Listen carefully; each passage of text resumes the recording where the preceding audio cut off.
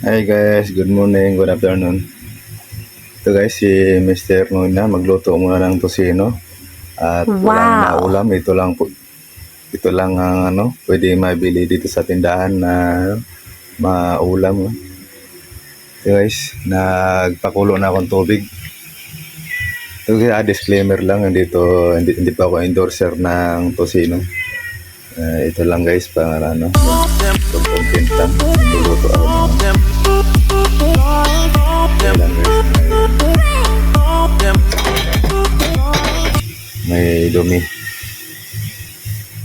Hulog.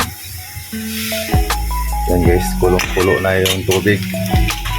Ganito lang guys, pagluto ng tosino, baka mayroong di nakaalam na paano luto ng tosino. Kailangan guys, pakulo muna ng tubig para maluluto. Diba guys? Pakulo ka ng tubig. Tapos yun. Baliktarin mo lang hanggang sa maluto na yun. Hanggang sa maluto. Kailangan yan guys, pakulo ka ng tubig. Guys, ito lang yung guys na madaling lutuin sa dito. Madaling bibili na sa tindahan. Dito naman guys sa tindahan, 65 ang isang isang plastic na tosino. May ulam ka na. Halagang lang, 65, hindi na kailangan pupunta ka pa ang palengke. Dito pala sa tindahan, mayroon na ngayon bili. Ayan guys. Baliktarin mo lang para maluto agad. Ayan guys, kaunti na lang yung sabaw, yung tubig. Kaunti na lang tubig guys.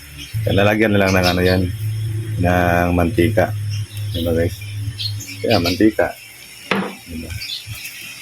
Pagka ng mantika, ayan. Diba? Ayan guys, mabango na yan. Paglagay mo ng mantika, yan, ang bilis na yan na maging sobrang init ang mantika.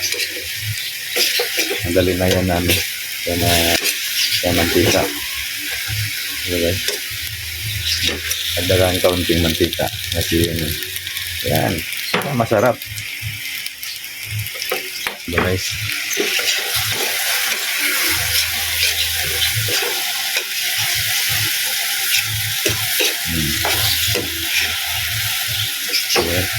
Ulam pa lang, sold na.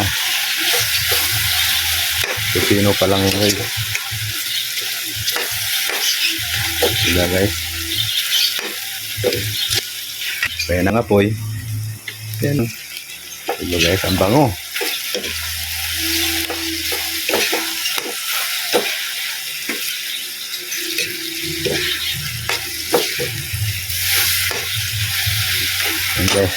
Yan guys, luto na. Thank you for watching.